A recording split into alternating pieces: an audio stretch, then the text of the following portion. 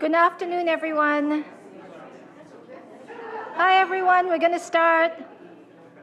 Thank you. Welcome, and thank you for joining us in celebrating the clinic's 30th anniversary. My name is Marie Chen. I'm the Vice Chair of the Board of the clinic. To begin with, on behalf of the clinic, we would like to acknowledge the sacred land on which we operate, which has been the site of human activity for 15,000 years. This land is a territory of the Huron-Wendat and the Petun First Nations, the Seneca, and most recently the Mississaugas of the Credit River. The territory was the subject of the Dish with One Spoon, One Palm Belt Covenant, an agreement between the Iroquois Confederacy and the Ojibwe and allied nations to peaceably share and care for the resources around the Great Lakes. Today, the meeting place of Toronto is still the home to many Indigenous people from across Turtle Island, and we are grateful to have the opportunity to work in the community on this territory.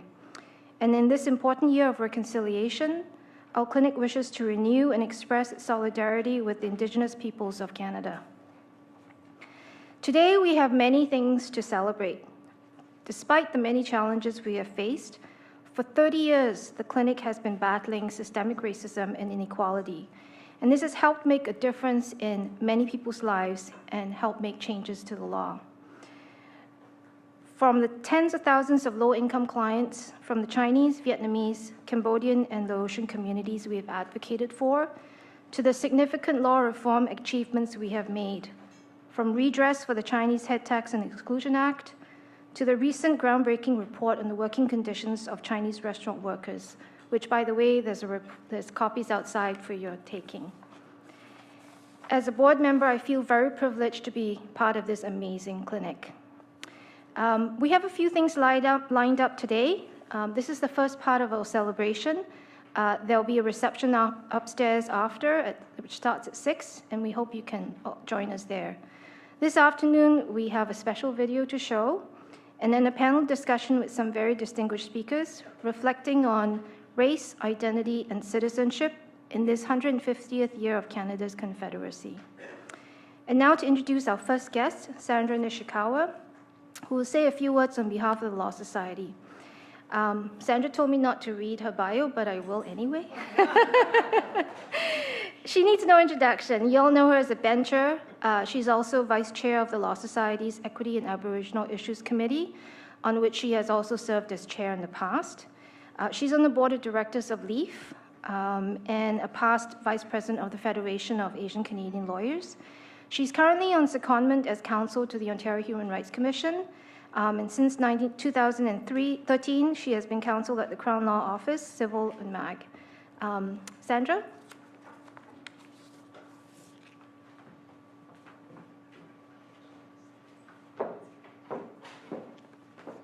Thank you, Marie, for not listening to me. Good afternoon and bonjour.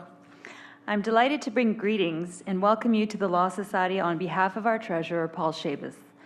I wish to start by recognizing that we are here together in Toronto, which is a Mohawk word that means where there are trees standing in the water.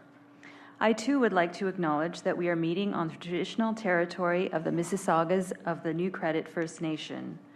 I also acknowledge the Haudenosaunee, and I would like to recognize the long history of all the First Nations in Ontario and the Métis and Inuit peoples. We thank the First Nations people who lived and live in these lands for sharing them with us in peace. It is a great pleasure to be here to celebrate an outstanding milestone for the Chinese and Southeast Asian Legal Clinic. For 3 decades, the clinic has played an invaluable role in Toronto's Chinese, Vietnamese, Cambodian, and Laotian communities. In addition to providing a wide range of legal services, the clinic advances the rights of disadvantaged groups with multilingual resources that cover several topics, including immigration, social assistance, and consumer rights. Your dedicated efforts have enhanced access to justice by making a meaningful difference in people's lives. I would like to recognize the leadership of the clinic's founding executive director, Gary Yee. Gary is an inspiring access to justice champion whose advocacy for Chinese and other racialized communities was recognized in the spring when he was awarded with the Law Society Medal. I would also like to highlight the leadership of the clinic's current executive director and my fellow bencher, Avvy. Avvy has been at the helm of the clinic for more than 25 years, working tirelessly to address systemic racism faced by racialized groups. The Law Society commends the clinic and its staff for its commitment to advancing access to justice. Happy 30th anniversary. Thank you. Merci.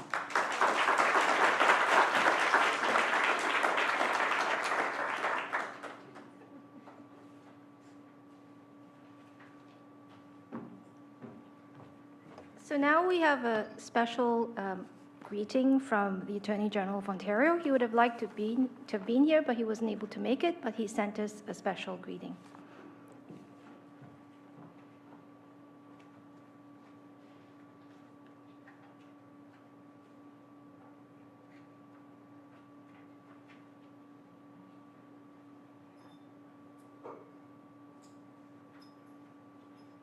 Good afternoon. My name is Naqvi. I'm the Attorney General for the province of Ontario. I want to start by congratulating the Chinese and Southeast Asian Legal Clinic on celebrating their 30th anniversary. It's a remarkable achievement for the Chinese and Southeast Asian Legal Clinic for providing services to the community across the province for such a long period of time. The clinic, as you all know, is providing very important services in making sure that access to justice is just not a slogan, but it is actually is a lived reality for the people in our communities. I'm a strong proponent of clinics such as the Chinese and Southeast Asian Legal Clinic. It is important that we have such important clinics in place to provide essential services to racialized communities, be it in relations to their individual issues, but also most importantly dealing with issues around poverty law and systemic issues. We know the work, for example, the Chinese and Southeast Asian Legal Clinic has done in relation to Chinese head tags is important and vital work that in fact charts the path for other racialized groups as well. Human rights are applied equally and should apply equally to everyone. And that is why one of the things that our government has been focused on is increasing the funding for legal clinics like the Chinese and Southeast Asian Legal Clinic so that they can enhance their services, reach out to more people across the province. And I remain firmly committed to enhancing and expanding these services because legal clinics like the one we're celebrating today play an important and vital role in access to justice to all Ontarians. So I really wish that I was with you today in celebrating such a remarkable achievement on part of the Chinese and Southeast Asian Legal Clinic. My wish is that this organization will continue to grow and will continue to provide services for many, many years to come.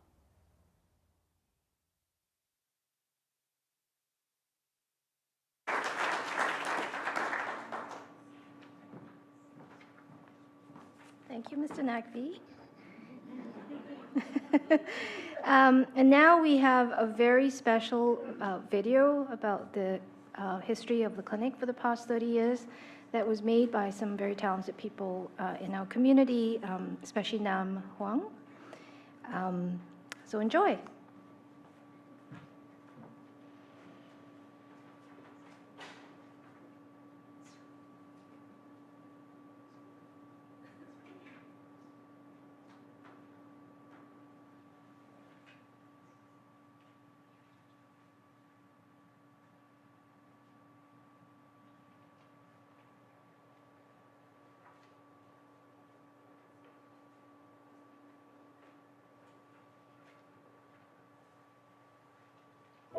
I was an advocacy and counseling person for Wood Green Community Center, helping the Southeast Asian refugees. This is in 1980. We saw the need of a lot of Southeast Asian refugees and Chinese who cannot speak English and cannot get legal service. So we felt that maybe we should do something. And at the time, we knew that there were other legal clinics that serve special needs, for example, for Hispanic or Spanish-speaking clinic. Not very many models of that type of clinic were around at the time, and it would be great if we could actually have a full-time clinic run by full-time staff to serve this community, which was growing at the time. It was a new idea that there should be an expansion of legal aid, not only to various communities, but to the various language and cultural communities. And there was a need to understand why that was important, and it needed a number of us who belong to the various cultural communities to explain that the equal access to justice required a lot more than just letting people know it was available, but rather to provide the tools and the support to get that access. And we were told, why can't you just find interpreters? Why can't some legal clinic hire a Chinese-speaking lawyer? Well, we said it's not that simple. It's the outreach, it's a place, it's not just Chinese, it's also Vietnamese, Cambodian, Laos. If everyone is equal in the face of a law or laws in Canada, they need to have access to it. And the Legal Aid Clinic has been able to bring people together, organize, and speak out on behalf of those that, by and large, without the clinic, will find themselves voiceless. From the day we opened, there were lots of clients. We hardly had to do any outreach. There was just a general lack of legal services in those languages, in these communities. And everyone came to us, whether it was within our case selection criteria or not. And we had literally thousands of intakes a year, over 3,000 a year in those first 5 years. It's very challenging because at the beginning we didn't have that many staff. The workload was much higher. The clinics mean a lot to myself and to the community. It's a place where you know you can rely on, and you really trust that the people who help you would put the heart into the work. Every day, it was very exhausting, but I never recalled thinking, oh, it was such a task to be here. I didn't feel ever resentful because I felt that we were doing good work to help people. It was great to have the co-workers that I had. They were all amazing, very hardworking people. Like, everybody just had that very good work ethic, that we did the work until we got it done, and we worked and we helped each other out. It's really interesting, the willingness of the clinic staff, the clinic director, Avvy, I'm thinking of, and also Gary Yee, is their willingness to put themselves out and stick their neck out in front of the issue. They would get their hands dirty. They would help individuals. They would translate for others who were doing the talking. I think it's that kind of deep dedication that really stands out for me. The good thing about this clinic is that you never get that feeling of alienation. You really get to feel like, okay, I'm a lawyer. I'm helping people out with ordinary, like, real kind of day-to-day problems. And the additional satisfaction you get is when somebody comes here, facing those kind of language and cultural barriers, even like the littlest thing that you can help with seems like magic to them.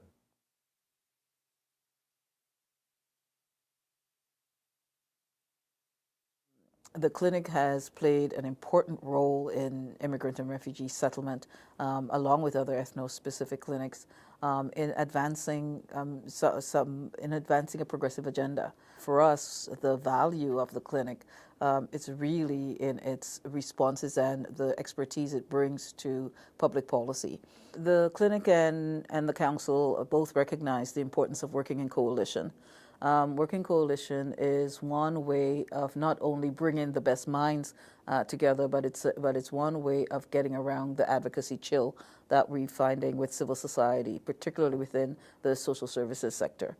As a legal clinic, we're in a very privileged situation, and in the sense that, first of all, we get core stable funding. Funders don't like community organizations to do advocacy, whereas it's part of our core mandate to do advocacy. And because of that position, and because of being a legal clinic, we're connected to the larger legal system. That really gives us that extra, power or ability to do a lot of advocacy work. The clinic, I think, along with other ethno-specific clinics, really do serve as the pulse of what's happening on the ground. And so when we pay attention to what the clinic is seeing in terms of what the clients are saying, then it helps inform our own advocacy and government relations work. That's the power of an organization, when it can combine advocacy with community organizing and outreach, combine advocacy with some measure of representation of a community and networking with other groups and communities. Language barriers is probably the easier to deal with, right? But it is that systemic racism and systemic discrimination that is so entrenched that it requires that systemic approach and that systemic efforts to address. Having standalone Chinese Canadian, clinics, clinic or Yihong or should not take away the responsibility of the bigger system to address inequities. Access to justice can vary from one group to another, and I think those are important things to recognize. And I do think that the clinics provide a very good way of recognizing and identifying what those needs might be. We've recognized the need for developing a racialized community strategy, and some of that means collecting information about clients. What is the demographic breakdown of our clients? We already see the benefits of that information for our Aboriginal justice strategy, where we recognize the overrepresentation of Aboriginal clients in the criminal justice system and also in the child protection system. You guys have a good relationship with the communities, and it's a way of us gathering information. And so it's very important that we have specialized clinics that can reach out to those communities, that can be trusted intermediaries, that can build up confidence and build those connections that they need in order to get the legal advice and the legal services that we all need and deserve to have. And you can speak to those problems, and you do speak to those problems with policy reports, taking positions on things, influencing politicians, influencing courts, influencing the legal profession on needs that are out there and the need for systemic and systematic change. So we've created a legal aid working group, which Avvy, you're a member of, and that's, of course, doing a lot of hard work to really get a grip on how Legal Aid Ontario and the legal aid system in Ontario is functioning. And that way we can become a much more informed and stronger voice as the regulator in promoting access to justice through the legal aid clinics.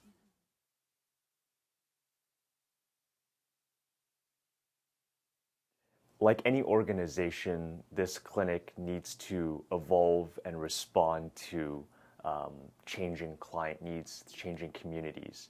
In the last few years, there have been two incredible developments with the clinic. The first is that the clinic has been able to expand its mandate on a financial basis. Secondly, we've been able to also secure additional funding to widen our mandate geographically. By the time that this video comes out, we will have rolled out a province-wide 1-800 number so that we can service folks outside of the GTA. Nowadays, it's in terms of geography, it's extremely different. A lot of clients, maybe perhaps even the majority of clients, are in Scarborough, are in Markham, Richmond Hill, uptown area. So we need to find ways to respond to that. One of the ways we're responding for it in terms of kind of changing our role is to have more satellite clinics up in Scarborough, in Mississauga, in Markham. I mean, we need to keep what we have that's important, that's working in terms of our individual case advocacy, in terms of our public legal education, law reform work, but also find ways to expand to that new frontier and changing kind of geographical and language dynamic. if there is one thing that will stick on my mind, is the fact that we've had really, really great staff, and they have been such great leaders, and they have led the clinic to 30 years today, and hopefully it will be another 30 plus years to come. The change that I've seen is the recognition of the clinic, that it is seen beyond, just a legal clinic. It is seen as a voice for the disadvantaged. It is seen as a voice for social justice. I think many Ontarians realize that this clinic serves broader interests well beyond our community because of the cases that we take on that have not only an impact on our communities we serve, but on the broader population as well. The clinics are really a jewel in the Ontario legal aid access to justice system that we have. And they're quite unique too to Ontario. Many other, if we look to other provinces, we look to the United States, to England, the Ontario clinic system, which has been around for many years, is widely admired. I think the biggest challenge today is complacency, thinking that if you win one case, that issue or that cause is now cleared up. In fact, over the history of the 30 years that the clinic has been in place, a lot of the same issues come up again and again. The constant vigilance that's necessary to ensure that people have access to justice is always going to be a challenge. I think we do have the moral responsibility to take what we've learned in the past, to bring others together and bring our own community together to say, hey, let us support each other, no matter which community we're from. Because in the end, that's what it's about. You have to help individual people in their daily lives, and the legal clinic does a great job doing that as well.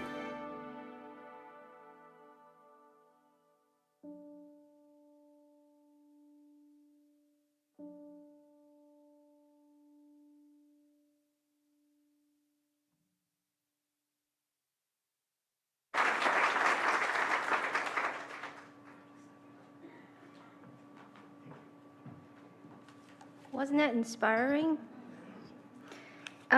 So now to the next part of our afternoon, the panel discussion dialogue on race, identity, and citizenship. I'd like to ask Avvy to come up to introduce the panel members. And can I ask the panel members to join me on the stage?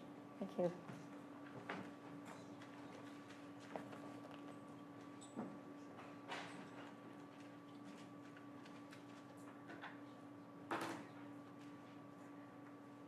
Did they give you a specific? Oh, yeah, I know.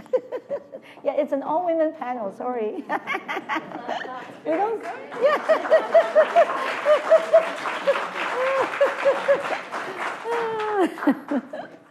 So thank you very much for being here this afternoon.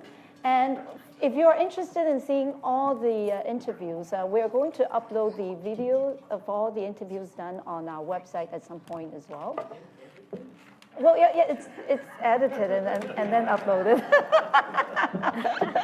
And give us the contact for Makeshift Studios. Yeah. Makeshift. I don't know if Nam is here. Is like amazing young guy, Vietnamese Canadian. He did a very good job at a very low cost for to us as well. So thank you very much, and I have the privilege and honor of introducing the panel speakers this afternoon. As you can see, we're having a dialogue. It's not like a speech. We want to engage the panel members and also you at some point. And they're four distinguished guests. Their complete bio is actually included in the handout. But I would still like to kind of say a few words to let you know who we have here. Starting with my immediate, this is left. The Honourable Ratna Omidvar, who is an independent senator for Ontario. And prior to her appointment to the Senate in 2016, Ratna has worked in a leadership role for many different organizations, including being the founding executive director at the Global Diversity Exchange at Ryerson University, the president of Maytree, and chair of Lifeline Syria. And on top of that, she has also co-authored and co-edited a number of books.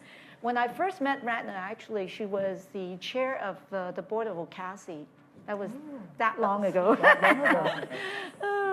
I know when you look at the video, it's like, oh, she's been around for 25 years. Like, it's like, you don't have to remind me how old I am. But anyways, Ratna's work has often been sort of focusing on advancing the rights of immigrants, migrants, and refugees. And it's in that context that I've worked with her in the past. And among the many honors and recognitions she has received, Senator Omidvar was appointed to the Order of Ontario in 2005. She became a member of the Order of Canada in 2011, and she has received, among other things, an honorary degree, Doctor of Laws from York University. Welcome. And to her left is Renu Mandhane. She was appointed as the Chief Commissioner for the Ontario Human Rights Commission in 2015. Renu was also previously the Executive Director of the International Human Rights Program at the University of Toronto Faculty of Law. And one of my staff lawyers had the opportunity of working with her, Vincent, whom you have seen on the video. Renu began her legal practice focused on criminal law and has represented many survivors of sexual violence and prisoners. And we see that work continues even today, and we'll hear a little bit more later.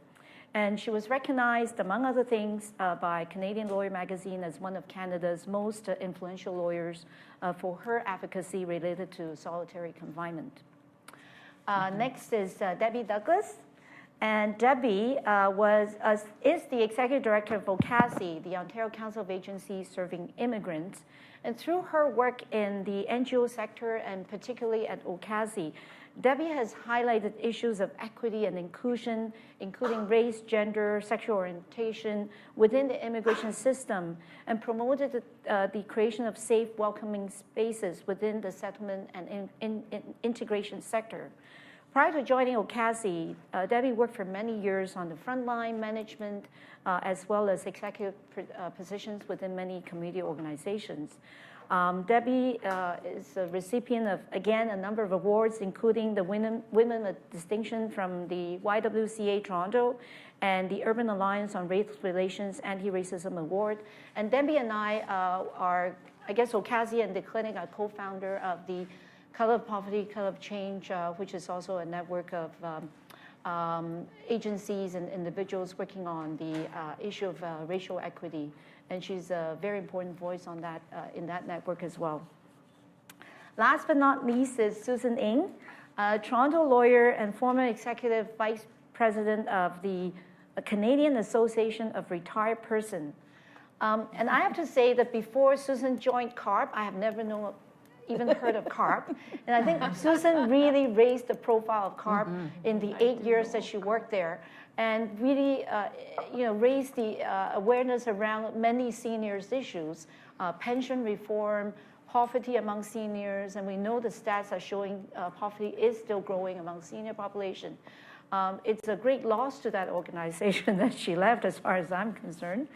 And Susan was also the chair of the Metropolitan Toronto Police Services Board. So back in the day when they're still called under Metro TPSB in the early 1990s.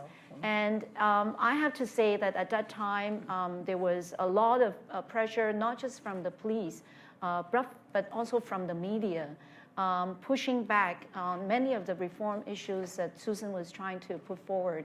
And we worked together on a number of those issues, such as simple as having interpretation services for 911.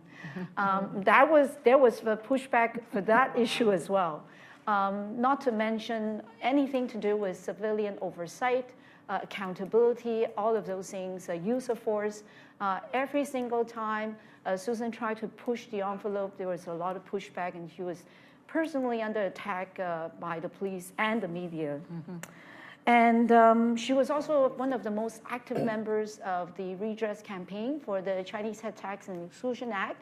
Over the last, I guess, leading to the apologies in 2006, and Susan single-handedly actually got Via Rail to donate over 200 seats, allowing head taxpayers and their families to travel all the way from like Vancouver, Edmonton to Ottawa to witness the apology. So very welcome to all 4 speakers. Thank you very much. So as I mentioned, it's like a dialogue and discussion, and it's part of the celebration of our 30th anniversary. But also, we're using Canada 150 as an excuse, because I know certainly many of the people here are not necessarily celebrating Canada 150 for many different reasons. But this is an opportunity for us to examine some of the critical issues that are facing our community today. And when we look back at the last 30 years of our clinic, we have done a lot of work around the issue of racial equity and racial justice, such as, as I mentioned, the Chinese Head Tax and Exclusion Act, the issue around nipper tipping that was attack on Asian Canadian fishermen in the Southern Ontario area. A lot of these issues speak to the issue of belonging, racial identity, the issue of racism in Canada. And so we want to kind of explore those issues more in this afternoon forum. Another reason why is also from the case of work that we do. We know many of our clients are still struggling, be it in the employment area where they still face systemic discrimination. There was a study by Ryerson last year, for instance, that shows that employers are less likely to call you for an interview if you have an Asian-like last name. So at least like 35% less likely to be called back. And the more higher educated you are, the less likely you will be called back.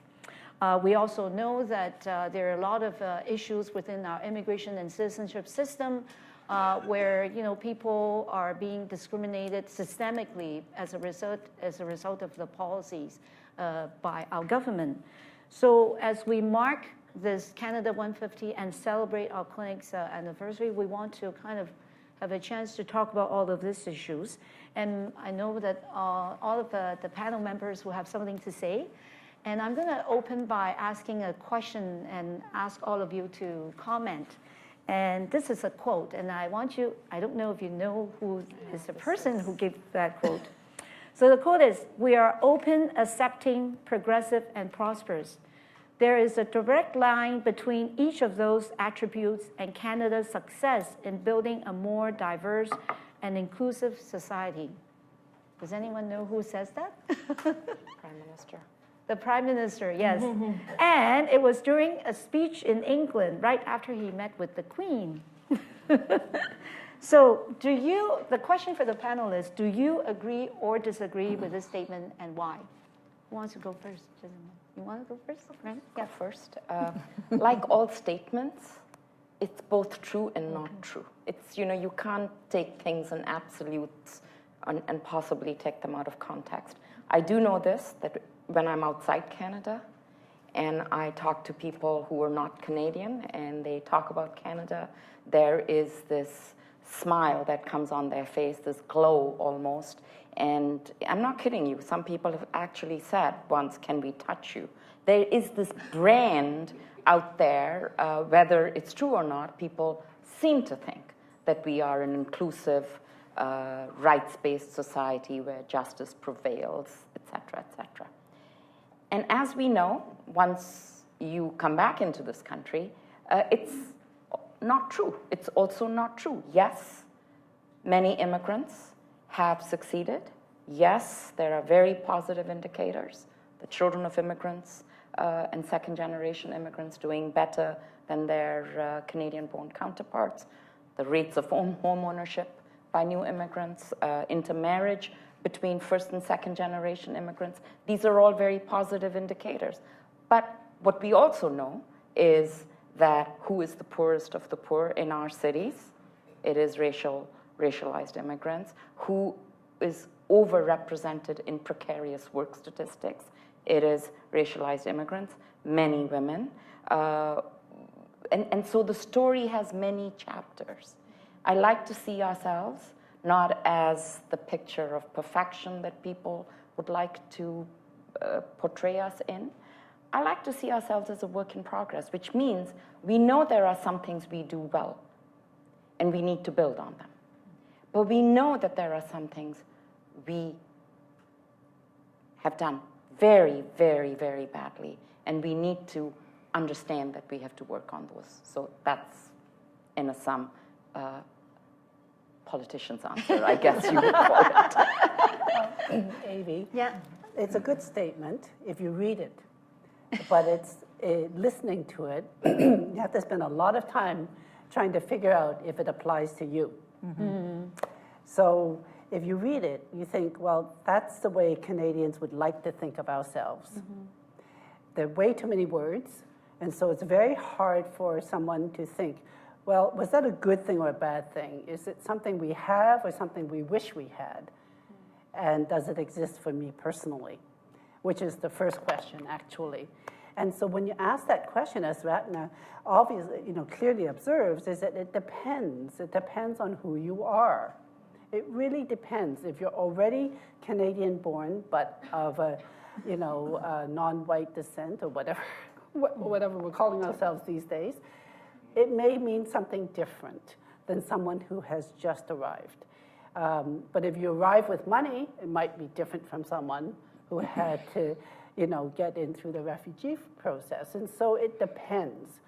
And the danger with statements like that is that there are too many interpretations that you can attach to it, and the danger of complacency.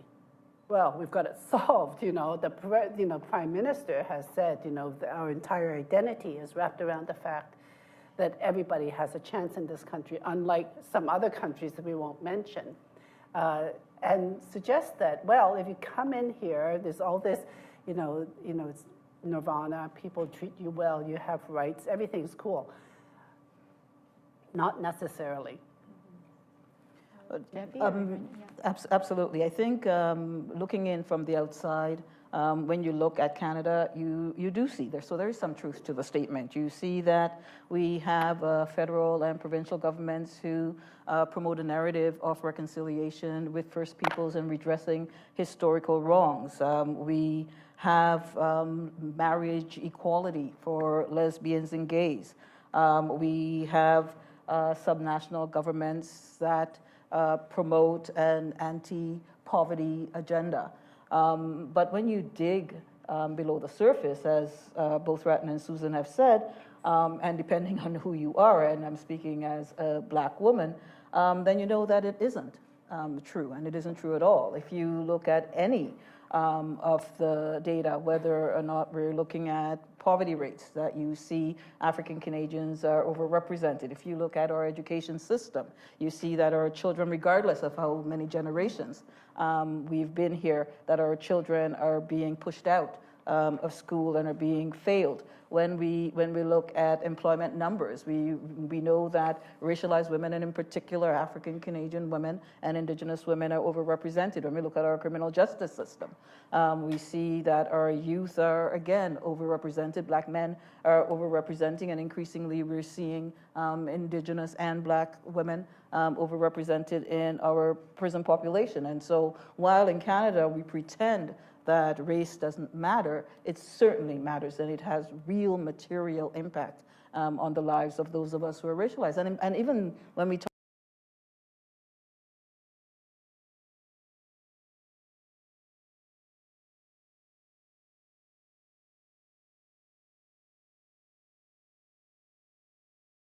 Africa or from the Caribbean and Central America who are of African descent. And so we're constantly having to interrogate who it is that we're speaking about when we say these things. But looking from outside, yeah, we are a rights-based society. We have a prime minister who is seen as sexy. We have a new leader of the national the federal NDP. Who's also seen as sexy. Somebody just said woo woo for Jagmeet. We have Jagmeet Singh, and that's surely when you're looking in from outside, you think, oh, what a wonderful country. But when you live here and when you look like me, our experiences are very different. Renu? Yeah. It's hard to go last on this panel, but I think I'll just say two small points maybe. I agree with everyone here that it's both a yes and a no, depending on who you ask and the context. I think the first thing I want to say is, I think we have a tendency in our movement to talk about the things we need to improve, and I'll get there, I agree. But I also think we do need to be able to recognize some successes when recognition is due. And I say that because, ultimately a lot of what we're asking is to change what matters politically. And I think if we don't give recognition when it is due, when we create an anti-racism directorate or we have a rights-based approach and a poverty reduction strategy, what we signal is that we're never going to be happy and that we aren't willing to give the recognition when the government does step up and do the right thing. So I do think that there's a role for giving those accolades when they are due, and I think that like anything, it's complicated, and so no one government or one institution's all good or all bad. And I think when we see progressive changes, we also have to say this is good and we support it. But of course, I think we do need to be critical of where we're at Canada 150. And I think I'm going to tell you a little bit of a story. I was at an event during the Arab Spring, so probably like 6 or 7 years ago. And there was an Egyptian human rights advocate who was speaking. And, all of us eager Canadians, somebody puts up their hand and they said, how can we support you over there in Egypt? And he pauses and he says, hold your own government accountable. Because when you guys slip, the rest of us, we can't point to Canada anymore. And so, you might think that you should be helping us, but actually what you should be doing is building the best model of a rights-respecting democracy as you possibly can, because that's actually what matters when we go to our governments to try and have progressive reforms. So I think that was like a very insightful answer about why we shouldn't just sit back on our laurels. One, because people don't have the rights and equality that we talk about in the statement here, but also because this is often seen as the gold standard, and if we let the standard slip, it does have implications for other people who look to us for leadership. That's very true. I mean, Debbie and I were in Geneva this summer to present before the UN the Convention on the Elimination of Racial Discrimination, and Canada was reporting. And I remember the first time I went to UN to lobby on a bill that was introduced by the Mulroney government. That was that long ago. And setting up a meeting with the Human Rights Council, the director of the council, they said, well, we can't really criticize Canada because Canada is on their good book. And so that it's kind of hard for the UN to say, go after them when they are trying to get the other country to follow Canada's example. So it's like that works against us sometimes internationally. And we heard that this time around as well, that one of the committee members, when we were finished presenting, said, oh my gosh, if I didn't know this was Canada, I would think that we were talking about a global South country. We never would have thought that there were some of these issues happening there, right? So my second question, I'm going to ask Renu because you spoke last time. It's kind of related to the same question, but in a different kind of way. Because oftentimes we see this notion of Canadian identity, Canadian value, and then there's a lot of assumption behind those things, right? Those words. So, and most of the time we see it from politicians who want to push for something that we may not want to accept. So, for instance, during the conservative leadership campaign or contest, one of the candidates, Kelly Leach, was pushing for this idea of Canadian value test, so that every single immigrant who wants to come to Canada will have to pass some tests to show that they adopt this Canadian value. And then also during the last federal election, all of a sudden the issue of niqab during citizenship ceremony became a huge issue. And the idea again is like, somehow it's not Canadian to wear niqab during the citizenship ceremony. Although the poll finds that a lot of Canadians are not supportive of this idea, not because they are against this idea per se, but they somehow think that it's not consistent with Canadian value. Then the question is like, what the hell is this Canadian value? And what exactly is Canadian identity? I've lived in Canada for I don't know how many years. I still can't figure it out. So Yeah. what do you think, Renu? I, like many people, was sort of watching this debate unfold in the last election. And I think what, for me, was missing from the debate was the fact that we had this conversation in the early 80s. It resulted in our Charter of Rights and Freedoms. And why we need to keep having this debate over and over again when we have fundamental modern constitutional documents that are meant to encapsulate our values as a society, is sort of striking to me that we don't go back to those documents and talk about the values: equality, non-discrimination, freedom of expression, thought, religion, that we have already in those documents. I actually think Canadians are oddly preoccupied with identity. And I think I believe that part of that preoccupation is because the hard truth is we're a country built on colonization and immigration. Yeah. And it is very hard to have a cohesive national identity in a country that has that kind of root system, so to speak. So I think that, on the positive side, some of this quest for some cohesive identity is kind of, you see it on Saturday Night Live sketches like hockey and Timbits and the way we say about or a boot, and some of that that makes us, we watch it and we're like, the Americans are thinking about us. But I think that really, when you scratch more deeply, what's so problematic about this quest for identity is that it really is about maintaining the status quo. And that, I think, is something that we really need to guard against when we talk about identity. And, again, just to keep it a little bit light, I remember when the tragically hip, when Gord Downey said he had brain cancer, and a lot of racialized people were like, who's Gord Downey? Yeah. Who is this person? And why is everyone talking about them? Even though that was seen as somebody who's like really core to Canadian identity. So I think really we have to say, what is this quest for identity about? Who defines what our identity is? And what does that actually mean for the people who don't fall within that identity? And those are the questions that I think we really need to be asking. Well, I think you're absolutely right. The question is not benign.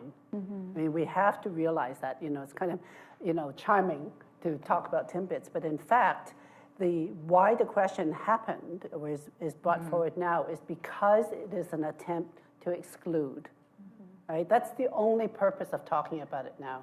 And if you accept and believe in the statement that the Prime Minister made, then Kelly Leitch would not qualify. She would not actually belong to that set of Canadian values. Whereas the set of Canadian values she was trying to espouse, and we have to guess because she was afraid to tell us what it was, but presumably you would know if you saw it, right? Which tells you that someone's going to decide whether you're Canadian enough, right? And so long as we have an environment in which some tool is being used in order to separate us into tribes, it's the beginning of the end of the cohesion that we want as a country. I saw this wonderful cartoon over the weekend that says a Canadian is an unarmed North American with health insurance. That definition works for me. That's good. So that's my new definition of being a Canadian. But I think when we talk about Canadian values, it's what you talked about. It really is around a belief in democracy, equality of gender equality. I think those values are universal, though, right? So I don't think that there is this thing called Canadian values as very different than most countries in the world, for example. And I have to agree with Susan that when that question comes up, that who is a true Canadian, then it really is about wanting to exclude those who look differently than the colonizers. And that's the only time that this conversation happens. And it often happens in the context that somehow Canada became multicultural when they decided to let immigrants in, as if there weren't hundreds of nations here when the Europeans arrived, that the enslavement of black people weren't happening here in Canada when the majority of Europeans came in. So that's part of the myth, that there is a thing called Canadian, and the rest of us are somewhat being invited in, or for people like me were brought in. So I don't think that discussion goes very far, actually. So when I think about Canadian values, I really do think about issues of democracy and equality and those kinds of things that are universal. Ratna, any thoughts on this? Canadian identity. I am like you. I've lived here for more years than I can remember, and I still have a hard time putting my finger on something that I can touch. And maybe that is the reality about identity. Identity is an amorphous concept. It does not stay static. It shifts and changes and evolves over time as our values shift and change and evolve. But the one thing I can put my finger on is rule of law. That is our suite of evolving legal instruments are a reflection of our identity. So now we have a law that protects the rights of transgendered people. We didn't have that when I came. We didn't even think about that when I came. We have many other laws that are rights-based that recognize our identity as one of, as I would say, an expansive rights environment.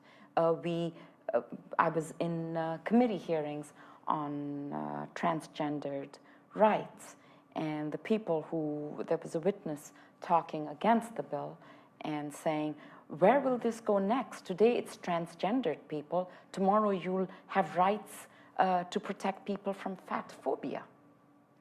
And yes, it's a democracy. People can say what they like. And the answer to that was, so be it. So be it. We don't know where this search for justice and rights will take us. And I think, if I may be so bold as to be positive about Canadian identity, I will say it's our search to make things better. On Kelly Leach, on the niqab, I think those were niche issues where politicians of a certain desperate kind were trying to distinguish themselves. Fortunately for us, our electoral arrangements, quite accidentally, are such that nobody who espoused an anti-immigrant view could ever hope to form the government just because of the votes in immigrant-rich suburban ridings. Now, for all of us out here who are fans of proportional voting, please think about what happened in Germany. Proportional representation. They have 92 members of the alt-right in the Bundestag. So all of a sudden, it makes you think. Okay? So we have our electoral arrangements. They protect us, whether intentionally or unintentionally. I also think that we like to talk about ourselves in comparison to the US. So that's when identity really comes up. We define ourselves in the opposite. They are highly individualistic. We pride ourselves on being a collective society. They send people to the moon. we have healthcare. So that's the way we like to define ourselves. There's a certain feeling of smugness almost that overcomes us. They're a mosaic, we are a multicultural society, although I sometimes have a hard time distinguishing really what does that mean. But I will say that the one thing you can touch and feel as an expression of our identity is our laws. Mm-hmm. We may have to have another panel on electoral reform. Yes, we do. No, I'm actually in favor of electoral reform, but all of a sudden I'm worried. Cautionary tale. Cautionary. So now I have a couple of questions for the individual panel members, but so I'll address that to a particular person. But of course, the other people have anything to say, they can always chime in. But so anyway, so for Ratna. So before your appointment as a senator, you were involved in advocacy work on behalf of immigrants, refugees, and other displaced persons. Have you seen any changes, either positive or negative, for immigrants and refugees in Canada since you first started? You don't have to tell us how many years ago. Since I started. And in that area, like advocacy in this area. Well, I think a couple of things have changed over my lifetime of work, and they will continue to evolve. First of all, when I came to Canada, immigrants from the non-European part of the world were somewhat exotic. That is no longer the case. We're as humdrum as anything else. The second thing that has changed is that most Canadians, not all, most Canadians understand that immigration is a very important tool in our toolbox to build our nation, because we are still building our nation. Third, most Canadians agree that when an immigrant prospers, Canada prospers. So those are the changes that I think I have seen more particularly. I've seen a reversal, thanks Avvy for your help on that, a reversal back to making citizenship easier to get and harder to lose, putting citizenship back in the box of values as a right as opposed to a privilege. I argued in the Senate that entry into the country was a privilege. Once you're here, you've met your criteria, citizenship is your right. It cannot be taken away from you unless, and there are very few. Avvy helped me a great deal on this. So I think some things have changed, but some things continue to be a work in progress. I'm a legislator now, so you look at law. How can we deploy legal instruments to stop racism? Name-based discrimination. I think, Renu, you mentioned it, or you mentioned it. Or you mentioned. How do you use that? And right now there's some kind of pilot project that is happening to assess whether blinding out your application of any personal information will actually deal with racism. I'm not sure. We have to see the results of the experiment. But ultimately, if we want to do something about it, we have to give it expression with teeth in the law. So I think there's lots and lots of places we have to go to. We're debating a bill right now that, this is something new that has happened. Diversity has become a very sacred and important word. But in Ottawa, at least, my interpretation of the word diversity is diversity equals gender equity. Yes. It does not disaggregate within gender equity with other groups of women who are not included when, women move into board position. As I say, when your boat rises, there's no guarantee mine will be lifted as well. We've seen that before. I think we have to be very particular and insistent about our demands on rights, regardless of race, religion, place of origin. That is still a huge work in progress. So, long answer too. So, my second question is for Susan. And of course, we mentioned that you've been involved with the Redress campaign for many years. And I hear that a lot, right? And then I'm sure you remember hearing it. And even during the time when we were working on a redress, So it's like a lot of people will say, well, you know, there's no longer racism in Canada today. So whatever wrongs that the government has committed in the past, it was in the past, we've apologized, you know, let's just move on. Like, you know, why are you still talking about race and racism? Why? Well, it's interesting. I'm going to segue a little bit. Just allow me this one little tangent. Is there still racism in Canada? And is it of the, you know, sort of ethnic cleansing variety, or is it more subtle? You don't get promotion. Where is it? And let me answer it bluntly with this example. Recently, we shared some information around, maybe you've heard about this, a video game that was produced in Markham, a first-person shooter type of game, where the player was, the title gives it all away. The title of the video game was Dirty Chinese Restaurants. And the purpose of the game was to have the player run around chasing down and killing dogs and cats so that they could be served in the restaurant. So this came to light because they issued a news release. They say, oh, this video's coming out, come by. And immediately there was an outcry, and then the product has now been withdrawn. And so here we are. Is there racism in Canada still? Well, there's a good news story and a bad news story about this vignette. The good news is, and I was just looking at the media, I don't know about the behind the scenes. We were readying, you know, we were polishing our sabers to get ready for this, but it's been pulled. But the first few commentators that expressed outrage in the media, as far as I could tell, were Frank Scarbetti, who's the mayor of Markham, Kathleen Wynne, the premier of the province, and I believe John Tory was the other person. But the point of them is none of them are Chinese, right? They are in positions of power.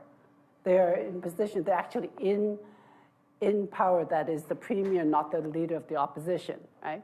So you have these people who spoke up immediately because it's so obvious. So that's the good news.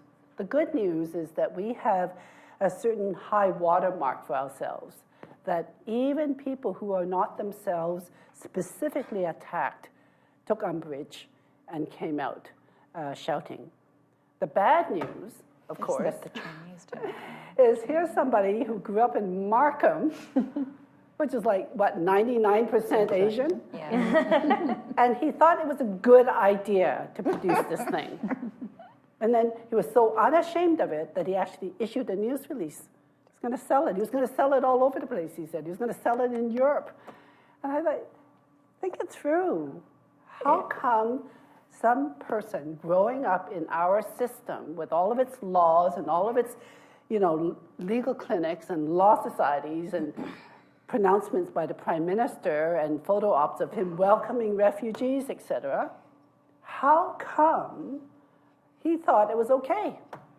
So it means there's work to do at a deep systemic level. But I think one of the interesting thing about that story is that the company was called Big O Tree.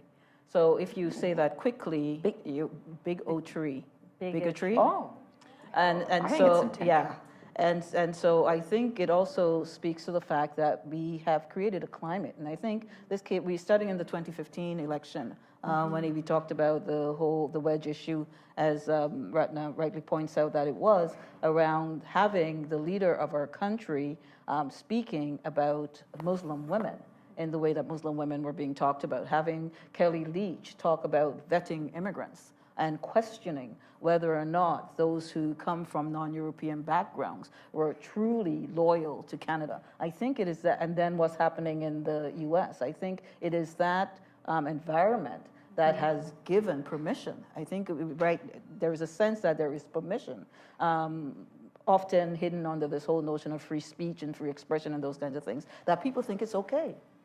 You know, that this person, as you said, you know, would not only come up with such an idea, but promote it and name his company Big O Tree.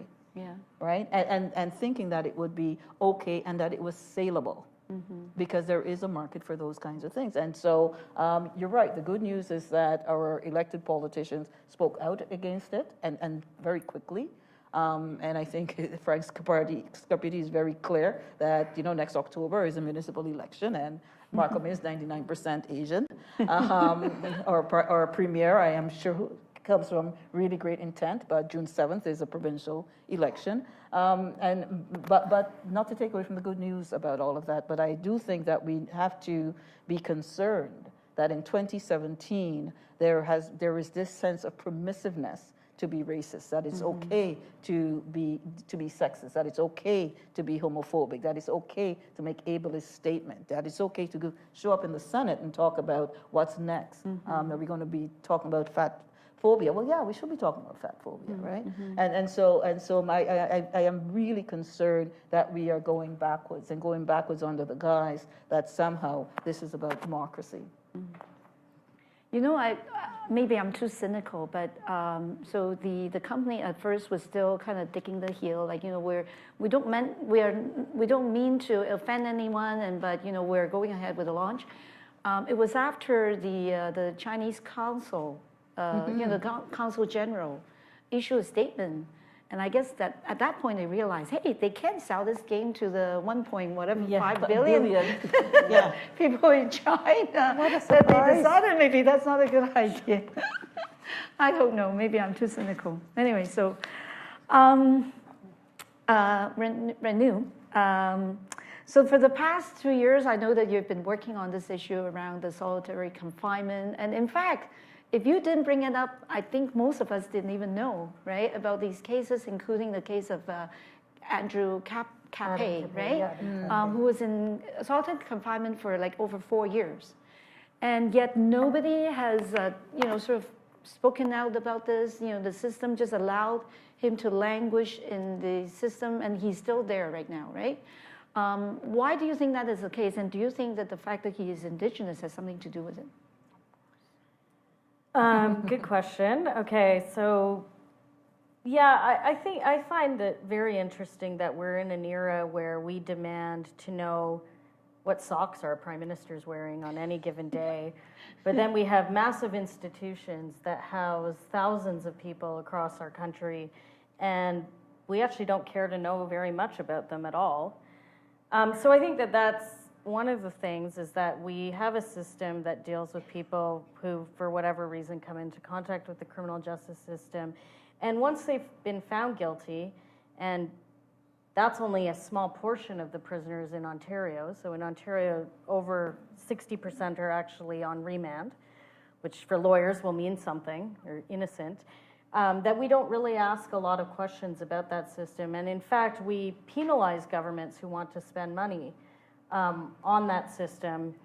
So that, I think, is the first thing. I think that putting a name to these systemic issues allowed this to become about people and not just about institutions, which I think is really important, that we start talking about people and not just systems.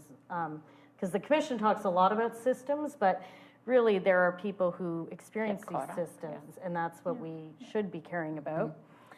I think that the other thing is that many people may not know that the reason this came to my attention is because a prison correctional officer spoke to me and expressed his concerns about the treatment of this individual. And I think that's important because there's a lot of people, I think, who get caught up in systems and they aren't in leadership positions, and they feel that there's nothing that they can do to change anything because the problems are so much bigger than that one person. And I think if there's something that comes out of this, for me, it's that individuals do matter. When they bring forward concerns, it can sometimes make a difference. But also that the public, there was something that crystallized for the public. I think it had something to do with reconciliation in part. And, Ashley Smith, the tragic death of Ashley Smith many years ago, that something crystallized for the public, and they said this person matters. And I think that actually, for me, was really kind of a validating moment, that people could look past the fact that he was young, that he was First Nations, that he was accused of a very serious offense, and say, you know, this reflects our society, and this was done in my name somehow, and I'm not okay with it. And so I think that for me, I think the fact that he was First Nations certainly was why some of this happened. I think Indigenous people are overrepresented in the criminal justice system. They have disproportionate representation in remand. That means they aren't often able to get bail, even if they don't pose a risk. There's huge issues of intergenerational trauma and addictions that plays out in now somewhat predictable ways. And I think that his case captured all of those things.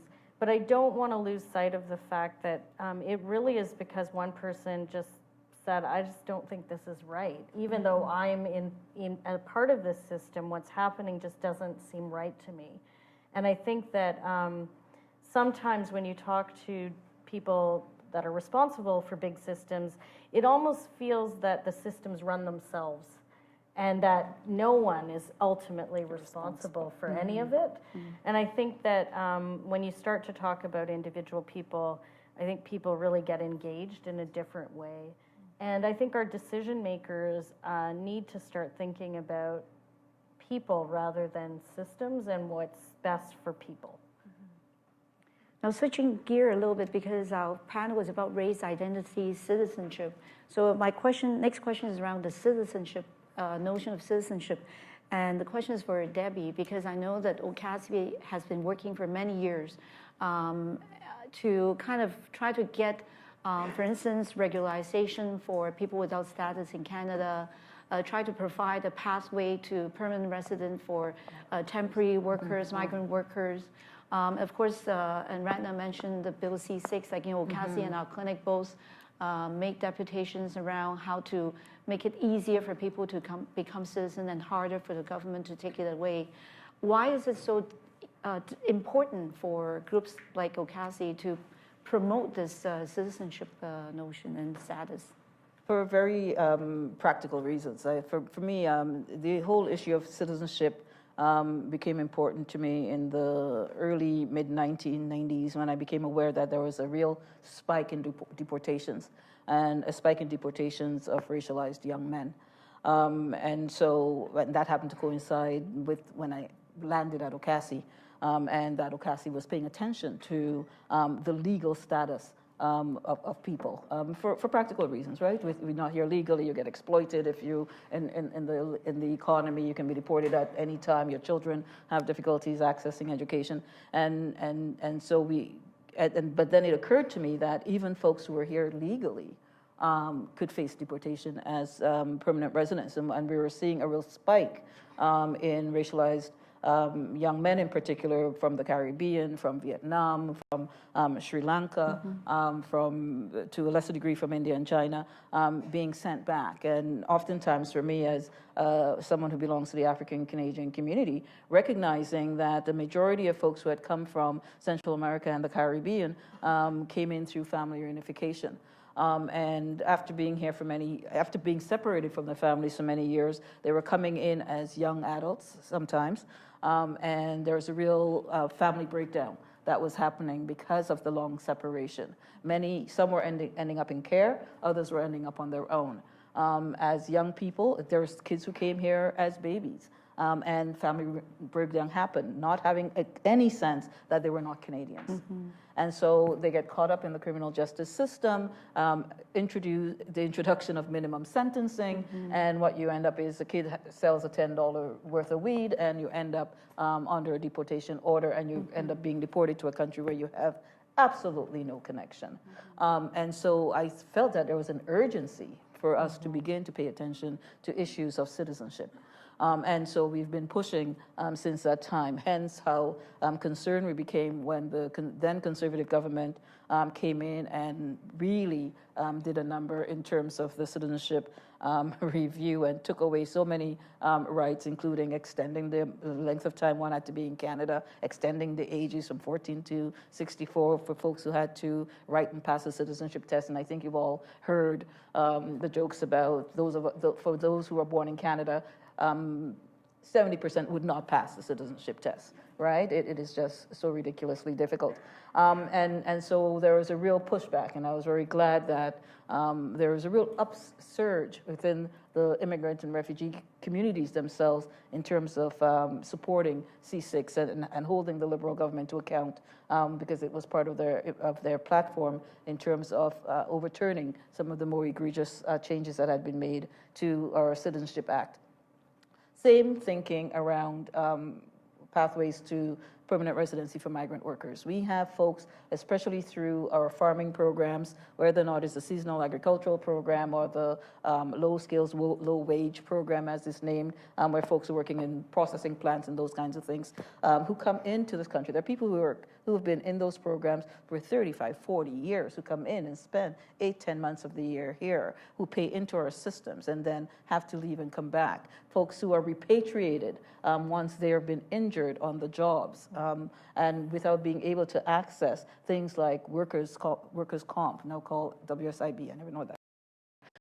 But paying attention to those kinds of things and saying, you know, and it was interesting because there's this whole reaping the harvest protest that will be happening in Niagara this coming weekend, that if you're good enough to work, then you should be good enough to stay. And so really wanting to ensure that we create pathways to permanent residency. We know that we had the 4-year in, 4-year out program where we brought in low-wage skilled workers that were able to work in Canada for 4 years, and then they had to leave the country for 4 years. Well, the first cohort came due in 2015, and we know that a significant number of those folks did not return home. We also know that we bring in folks as temporary workers when the jobs are not temporary, right? And so when we end up on the same side as activists together with business, we're saying this makes no sense. It makes no sense for us to bring in people, to train them on the job, to have them be working well, and then expect them to leave when we have people who come in and pay into our systems and yet they're not able to reap the benefits of their labor. There is something really, really wrong. And I think as Canadians, we have a moral obligation to make those changes. It is a priority for us at OCASI, particularly around migrant workers. Now that Ratna did such a good job of championing C6 and getting it through. And one of the things, but before I forget, I wanted to go back to C6. One of the things that we absolutely wanted was for minors to be able to gain citizenship on their own, because I was particularly concerned about children in care. And to have that, even when the Senate didn't pass that, to have that then written in by the Liberal government was a great win. And so, although they still have to pay $630. I'm coming to that. that was a great win. But I'm remembering what my friend over here says, that we have to celebrate our wins. So celebrating the positive of Canada and our new federal government. But as Avvy said, it still costs $630 per adult. And so then you question who can then afford Canadian citizenship unless we reduce those costs, right? And so that's the other piece of the activism work that we have to do. But not to lose sense, going back to the migrant workers, it is so critical for our voices to be heard that we must be speaking to our federal government. I was quite thrilled the other day when the Ontario government announced that it was opening up a new selection pathway for migrant workers. And then we began to look at some of the conditions, right? So we're looking at the cost of the application fees. Once again, it's prohibitive. We're looking at the fact that one had to have been in Canada for at least a year. It completely closes the opportunity to people coming in through the seasonal workers program who are only here for 8 or 9 months of the year.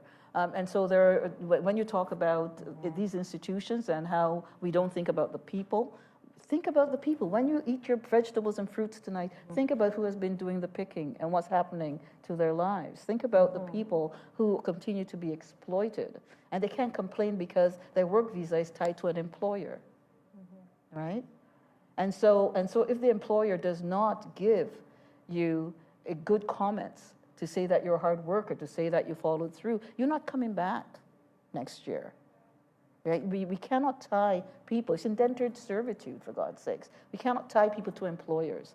Those are the kinds of changes we need to be working on in terms of our labor market policies.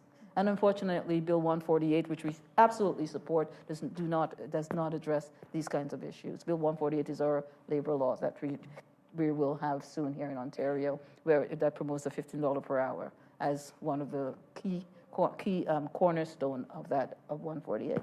So citizenship, absolutely important. Pathways to permanent residence for all those who are resident in Canada who want to stay, absolutely critical. If we are to live up to being inclusive, if we are to live up to the statement that we started off the conversation with. I want to gauge, because I have 2 more questions, but I also want to leave time for questions from the audience. How many people are thinking of asking questions? Okay. Oh, okay, then I will ask my question first. Well, there are not that many, right? You want to go to the audience and then come back? Yeah, you could do that. Okay, Yes, okay, do I'll that. take 2 questions and I'll come back. So, Shalini? I'm like that student that always asks the first question. First of all, congratulations on your 30th anniversary, and thank you to the panel for such amazing, thoughtful comments. In thinking about Canada 150, I work at a legal clinic as well, and one of the things that I've been grappling with is that intersection of our identities like race and gender and disability and poverty.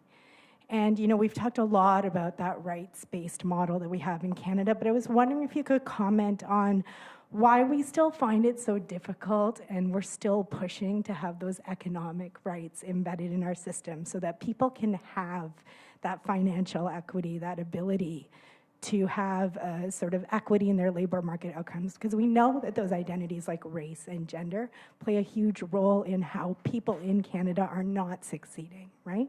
So I was wondering if the panel could comment on their thoughts on that.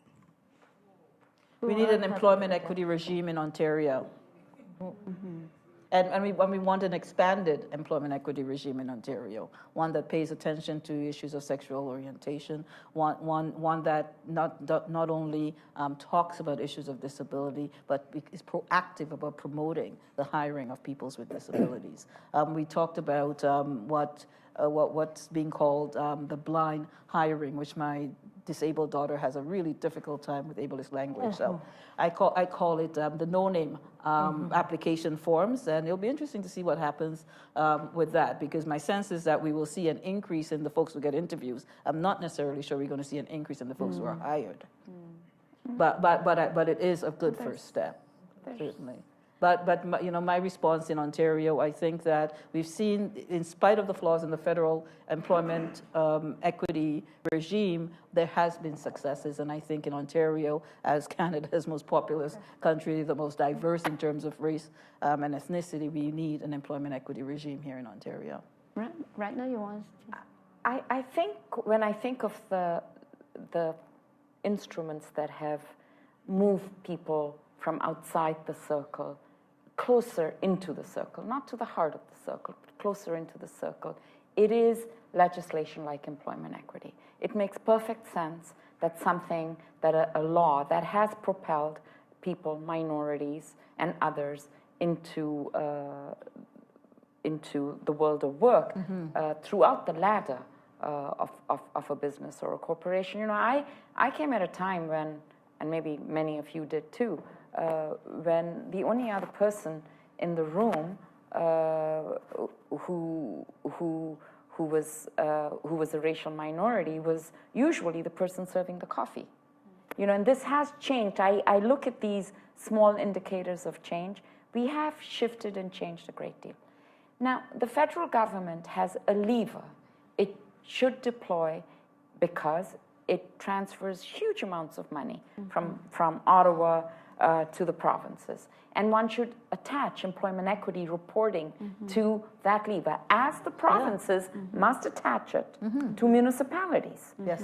So then it becomes a trickle-on effect, and municipalities must attach it to their agencies, boards, and commissions. And that's when you will get the true magic of employment equity filtering down. And I'd like to actually say, just as we have employment equity, we need to have governance equity. Yes. You take a look at the declining numbers of racial minorities on corporate boards. Now, we have a lot of conversations about gender equity on boards. And even though it is terrible, the needle is moving up. And you take a look at that same needle for disabled people, it's dropping. For indigenous people, it's not even there. You can't even talk about a needle.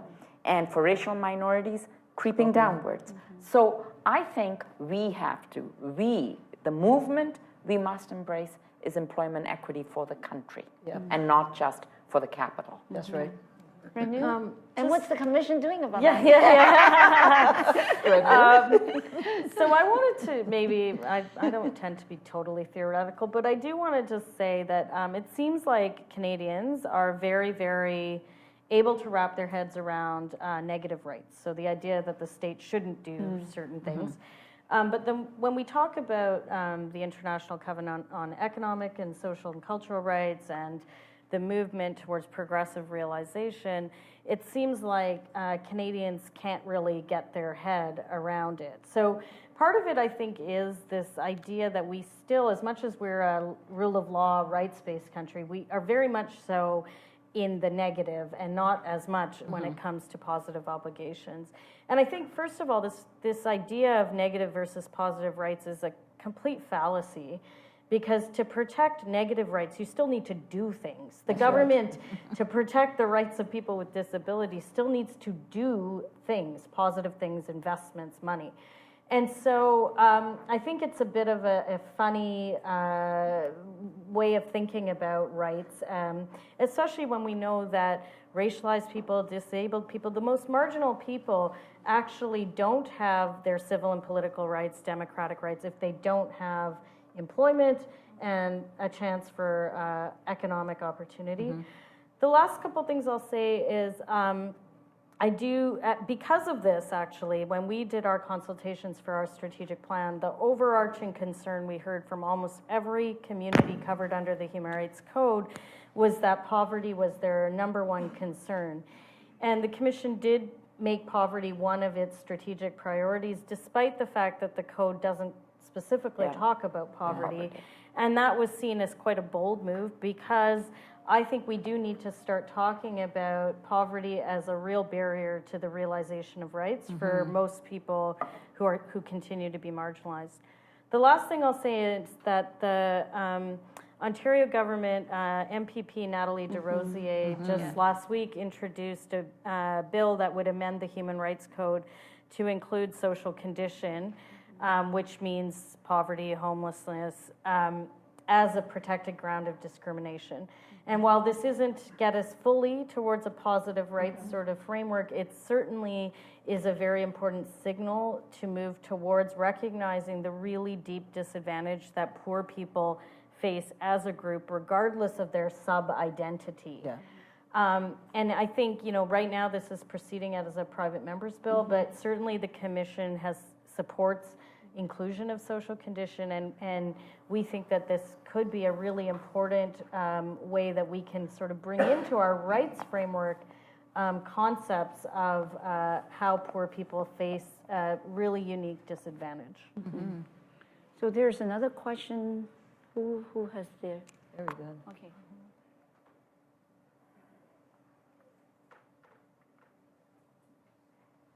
Thank you. Hi, everyone. Thank you for convening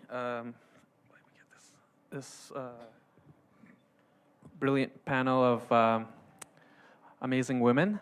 My question is, I guess, I just wanted to kind of, this week has been kind of intense, or the past few weeks have been very intense with all kinds of different controversies and scandals that have popped up. So, and a big theme of these things has been about naming it, right? Naming what the issue is and calling it as it is. So I wanted to ask for your kind of thoughts on this thing about white supremacy, because we have this thing about talking about issues around diversity and inclusion and whatnot, and oftentimes the linchpin or the kind of undercurrent thing behind all of those things is the idea of white supremacy. And I just wanted to, I guess, talk about it from a bit of a personal experience. So I used to work at this place called World Education Services, a global talent bridge. That's where I know. Yeah, and so I brought up the issue, for instance, because I've been involved in all of these many programs and workshops over the years, of the fact that we have a leadership team that was completely white and 0 immigrants.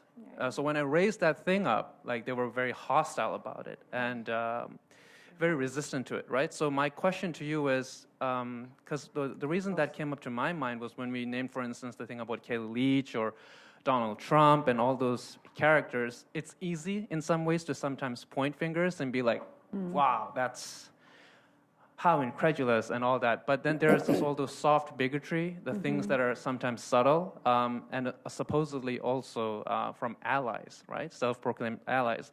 And for me, my experience in those kinds of spaces have been, maybe those aren't blatant displays of racism, discrimination, exclusion, but they're as insidious. And in some ways, they play quite a number on people who are marginalized already and dealing with all kinds of issues. And by the way, it is World Mental Health Day today, so you know how it plays a role in the mental health of, again, people like us. As people, as experts and leaders like yourself, I'm sure you've had to navigate those kinds of spaces and barriers, right? If you can share some thoughts on how you address those kinds of obstacles and navigate around them and confront them. Yeah, I think that's probably one of the most difficult tasks that we have, and I think you hit the nail on the head when you talked about it being allies. And so when it's really difficult to decenter whiteness, and so even with folks who see themselves as anti-racist advocates, who will speak out to power in terms of the need for policy, public policies and those kinds of things, don't necessarily recognize when they themselves are complicit in maintaining whiteness as being a center. It is very difficult to have people shift or give up the kinds of the privileges and the power. So when you talked about raising this and getting such a negative response, even from folks who should know better, right? Because they identify themselves as working in solidarity, or they identify themselves as allies. It sometimes takes us back. And my friends and family from labor are in the audience, so let me use labor as an example. One of the most difficult conversations I've had over the years, and I used to be president of my labor local way too many years ago, and the most difficult conversation for us to have was about how do we shift this whole notion that seniority is the sacred cow, that you can't talk about seniority with labor. But seniority within the labor movement stands in the way of equity, right? If racialized peoples are always the last ones hired and the first ones fired, and we saw that with the provincial government, the then education minister, Sandals, who out of the blue came out and said hiring of principals will be done based on seniority. At the time when we were talking about the need for administrators who look like the students and the families in the schools. Well, given that the folks who are principals and who came through the teachers' unions were primarily white and male, it is very difficult to shift that if seniority is the deciding factor. So those conversations are very difficult, but they're conversations we constantly need to have with folks who claim to be working in solidarity with us and folks who claim to be our allies, including folks who promote equity like our labor movement. I remember being invited once by the Labor Council to do a talk, and the room was, there were about 100 people in the room, about 60% were old white men, and I finished talking and I talked about the need, to shift and to be able to unpack issues of seniority and equity, and I finished talking and they all looked at me like this. Not one person clapped. And my host had to stand up and say, Debbie is a friend of the labor movement, and she's been a trade unionist all her life. I thought, I have never been invited back. So I absolutely get what it is that you're saying. It's difficult, and yes, it does have an impact on the mental health of those of us who are trying to shift how these things happen. Susan, Renu, and the question of white supremacist attitudes and behavior in front of you, what should you do? First of all, no one likes being called a racist. Take it from me. I've tried to do that, and they get the backs up. But on the other hand, you don't want to shut them down either. That's right? The real answer to hate speech is more speech, to drown out those voices, to balance those voices, so that ordinary people in their everyday lives have the vocabulary to fight back. I'm sorry. I didn't mean to interject. I just wanted to point out that in my instance, for instance, it wasn't like white supremacists in the sense of wearing hoods or anything like that. Even if I bring up just the issue, for instance, of inclusion or diversity, like very inoffensive at this point, but it's always basic. taken. It's taken that they're not doing it. That's the point of it, right? Right. So once you pick that out, they say, well, you're accusing me of being exclusionary. And it doesn't matter how you soft pedal the language, that's how it's taken. So the question then becomes, how do we in our daily lives, and more importantly, how do we equip children and the next generation in dealing with these kinds of things that will happen in their lives? What do they say? Where is the vocabulary? In the earlier discussion, I was thinking we have to be less polite, but we also have to acquire the vocabulary. So, for example, one of the issues that when you talk about wage inequality and equity, pay equity and so on, when you hear the debate around the $15 minimum wage, right? You hear that, right? And all we have heard are people saying, I can't hire as many people. You're going to lose jobs. And the politicians say, no, we don't think that's true, right? That's the way of the conversation at the moment. Nobody actually challenges these people to say, why is it okay to make people work at a wage that they can't live on? Right? So we need to challenge these things. We have to put those words out into the ether so that ordinary politicians, because those backbenchers really need some schooling here, and the people who face down their constituents or face down that business leader, they have to be able to say these things. So when we're dealing with the issue of exclusion, and you say, look, I've identified some exclusion here, and they get all upset, and you say, well, I know you're upset, but here's what happens when we carry on in this way, or whatever. But the language has to be there. So more conversations like this, more of this language actually filtering out to other people besides the people who already bought into the idea that we need to do something, right? So I think that what you're putting your finger on is how do we help individuals face down the inequality they see in front of their faces? You know, systemic, yes. Laws, yes. Conferences, yes. Law Society and the legal clinic, all important. But how does an individual factor all of that into their daily lives? And that's a challenge for us. Yeah. Renu? You started with a personal story, so I'm going to answer you in a personal way. So I came from an academic environment, and I really thought, I don't know, I was like, oh, I'm pretty privileged. I have a law degree. I work at a really good university. I haven't faced a lot of discrimination overtly in my life. And then I came to a position that has power, and then it all came out. So I think that first of all, we need to talk about power, because I think that many people, and well-intentioned people, are happy to have quotas and, you know, hiring people at the lowest rungs of institutions. But when you actually talk about people who look different and think differently in positions of power, which really most of the tables I sit at are almost all white and all male. Yeah. And, you know, so I think that we need to start talking about where do you hit that power, you know, that resistance based on the challenge that you, just as a person being yourself, pose to people who've historically held on to privilege. But I also think, you know what, I'm not there to make friends. I'm there to do my job. And I think that makes people very uncomfortable. But, you know, like, I do really feel a responsibility to the mandate of the commission, but also because I'm a racialized person in a position of power and privilege. And I think that, you know, I think many of us, I'm certainly almost probably everyone here, you don't want to be that, you don't want to have to be that person all the time. The person who's representing racialized people, it is a little bit tiring, but at the same time, that's where we're at today. And so if I have to be that person so that other people can kind of come up through the ranks, I guess that's sort of, you know, the situation we're in. In terms of mental health, I think where I get the most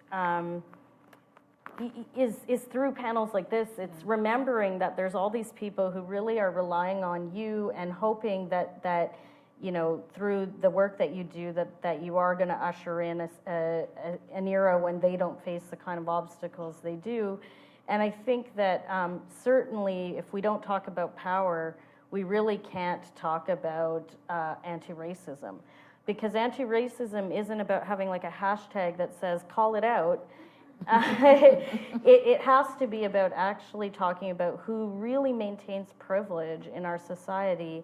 And I think that, you know, in an organization that purports to be an ally, but then has leadership that doesn't reflect the very people that they're purporting to serve, I mean, I think that is deeply problematic, and it shouldn't be up to the racialized person to consistently raise this.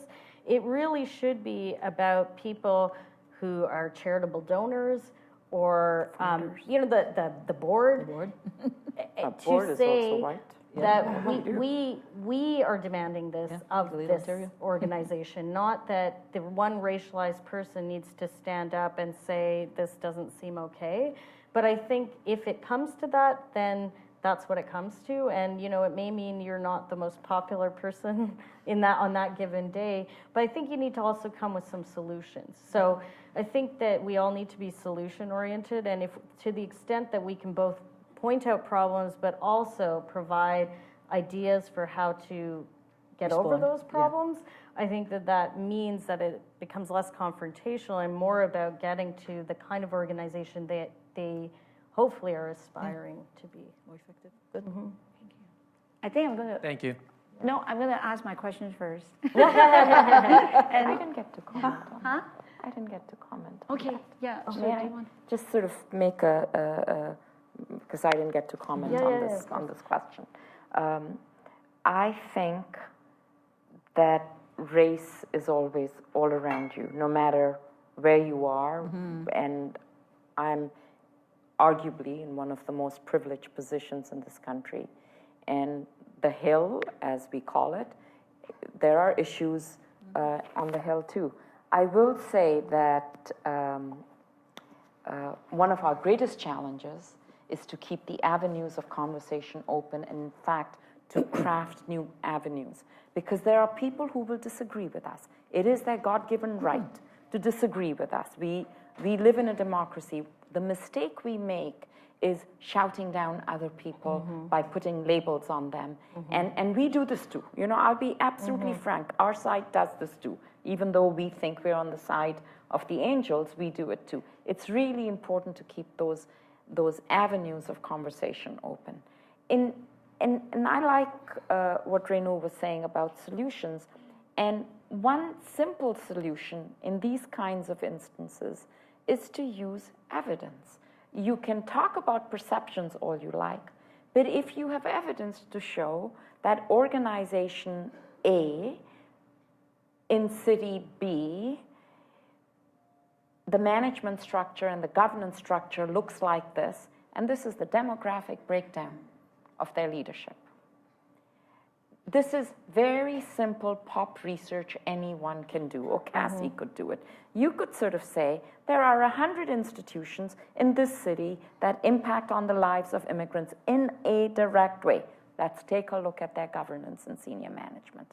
What kind of grade does the police get?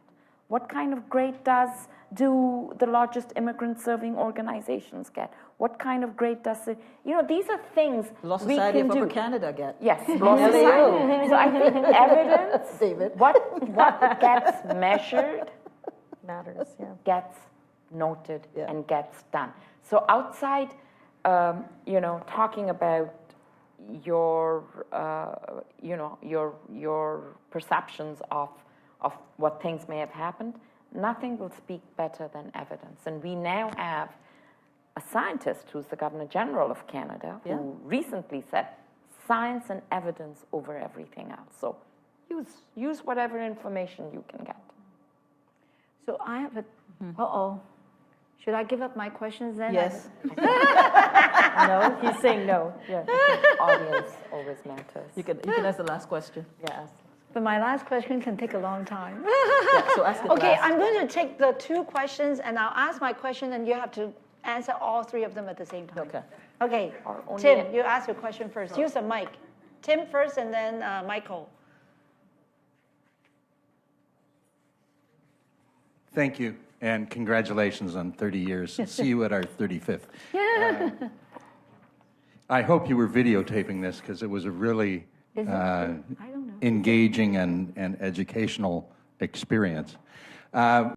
If you had one thing that you would recommend to a new Canadian about asserting their right to citizenship and how to go about doing that, what would you recommend? Because I've seen a number of people in my life personally who have come from various parts of the world, and they come up against World Education Services or U of T or somebody deciding the level of their education and the gatekeepers that people have to come up against, and how is that going to change? You know, you have people who are architects from a country with 4,000 years of architectural experience coming to Canada that's only 150 years old, being told, sorry, you don't have Canadian experience. You know, so how would you recommend, if you had one suggestion for a new citizen?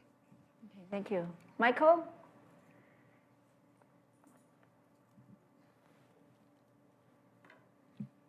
Thank you. So I had a question that kind of goes back to Avvy's first question, which was the quote from the Prime Minister.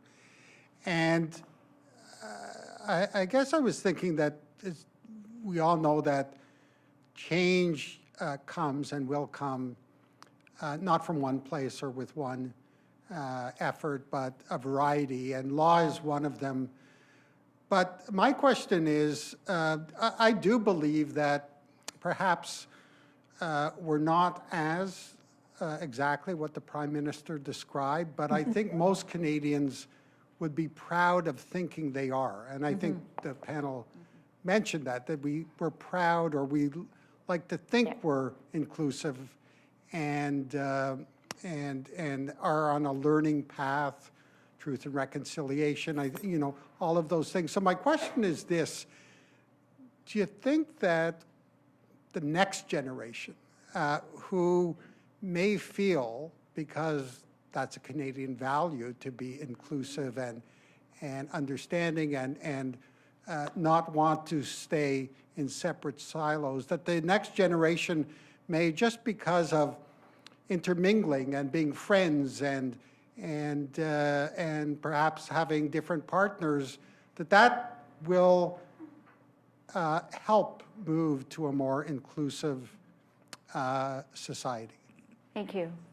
And my last question, and you can work that in, is sort of, in the way you can say it's tied to the 2 questions that are being asked as well, because, and as Michael mentioned, it's the age of, reconciliation.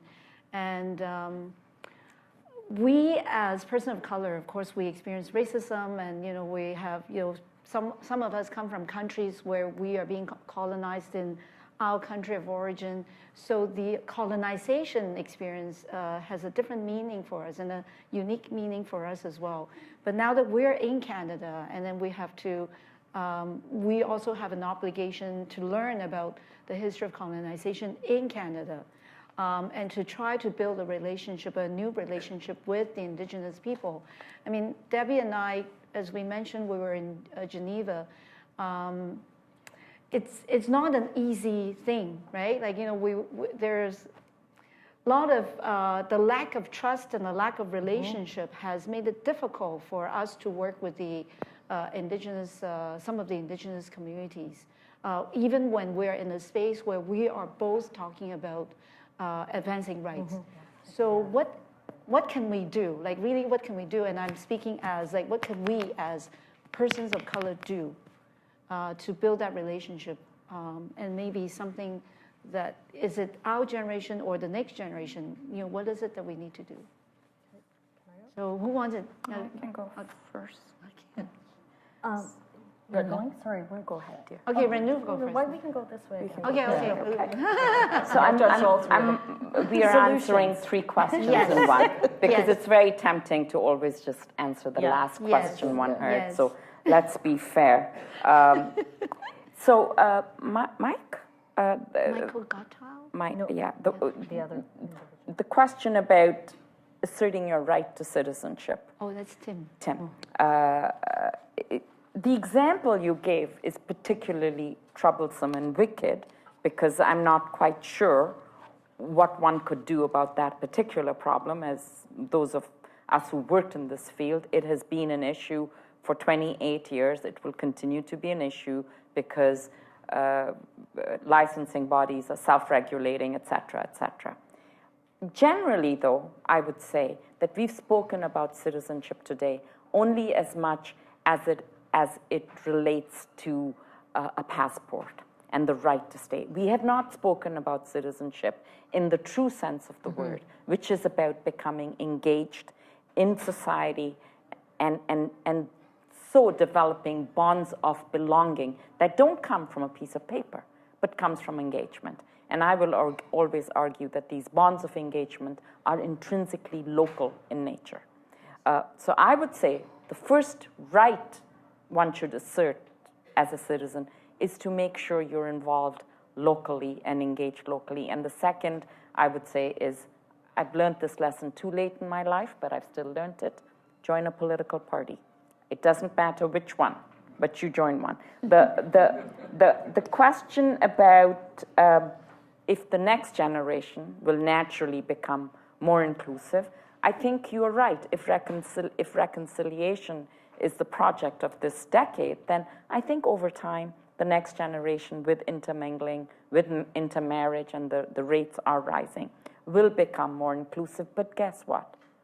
I think there will be other forms of marginalization. They will raise their head. We don't know what artificial intelligence, for instance, is going to do to our society. It's not just people of color who will be without work. It'll be radiologists and maybe even lawyers, because everything is going to be done by a robot. We don't know. So I'm pretty sure that every time we sort of, that's the nature of an evolving society. I think there will be something else that we have not thought about that will, on the issue of reconciliation with Indigenous people, I have one small bit of good news you may have heard about. The Truth and Reconciliation Commission had 94 recommendations. Recommendation 94 dealt with immigrants.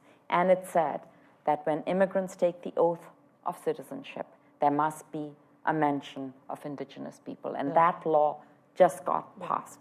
It's a very symbolic law. It is. It's, you know, and we, Canada's immigrants, Canada's francophones, Canada's anglophones, and Canada's Indigenous people, we live in separate policy silos, and they don't meet. We have different departments dedicated to different demographic groups, and they never talk to each other. And on top of that, I believe that Canada's immigrants and Canada's Indigenous people, there's a huge emotional, cultural, economic space between us that we must close. And I think we, and I'll just speak for immigrants, we fail to understand, and it's part of, you know, our experience. We think that the people who were here first are naturally the ones with the greatest rights and the greatest wealth. The people who came last have to work harder, and we don't understand how the people who were here first got displaced and marginalized by the people who came second. And I think Adrienne Clarkson says it beautifully. She says it the best, that when we become a citizen of this family, each member of that family becomes a member of our family and not just a chosen few. So we have to reach out. I don't know about you. I live in urban Toronto. I think I must have met about 5, I'm being perfectly honest, 5 people in Toronto who were of Indigenous origin.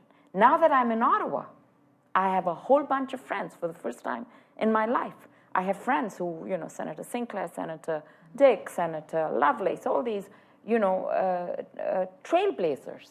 And they educate me very much about their reality, their lives. It's about people. And I think it's those kinds of relationships that are just as important as structural relationships that are also failing. So thank you. Renu?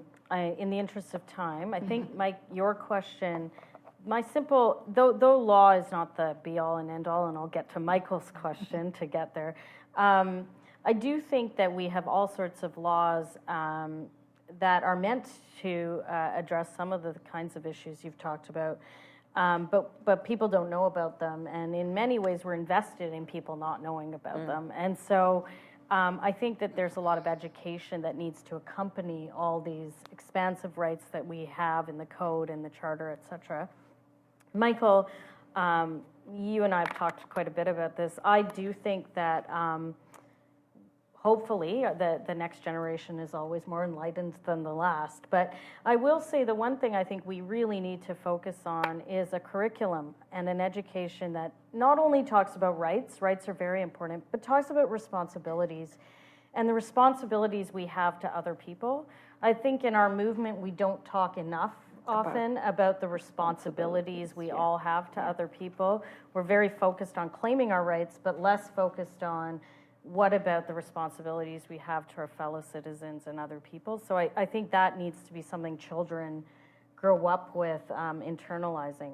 On the last reconciliation point, I mean, I've spent really the first 2 years of my mandate very, very focused on this issue. And I would say the few pieces I could leave with my learning is while that solidarity could exist around the experience of colonization, my parents came from a country that experienced colonization. The fact is colonization here is ongoing. This is an ongoing experience for First Nations people. And we are the newcomers are settlers here too. So we are not just allies, we have also compounded the problems that First Nations people faced with the first wave of settlers. And I think we need to own that a little bit and stop just saying, but we're your friends, we're your allies. It's like, well, actually, you also came here and displaced us from our lands and have continued that displacement that has gone on for generations. So I think that accepting that we can be part of the solution, but we are also part of the problem is something that has been hard, but I think really important for me personally. Secondly, the experience of colonization is not the same as the experience of racism. They're different experiences, and I think that when we equate those experiences, we lose something that's very unique about colonization that feels different. So a good example is, African Canadians and Indigenous people are overrepresented in the criminal justice system. But when you talk about that as systemic racism, Indigenous people say, no, that is the continuation of colonization. That isn't just about systemic racism. And I think understanding the distinction between systemic racism and colonization is really important in terms of bridging that lack of trust.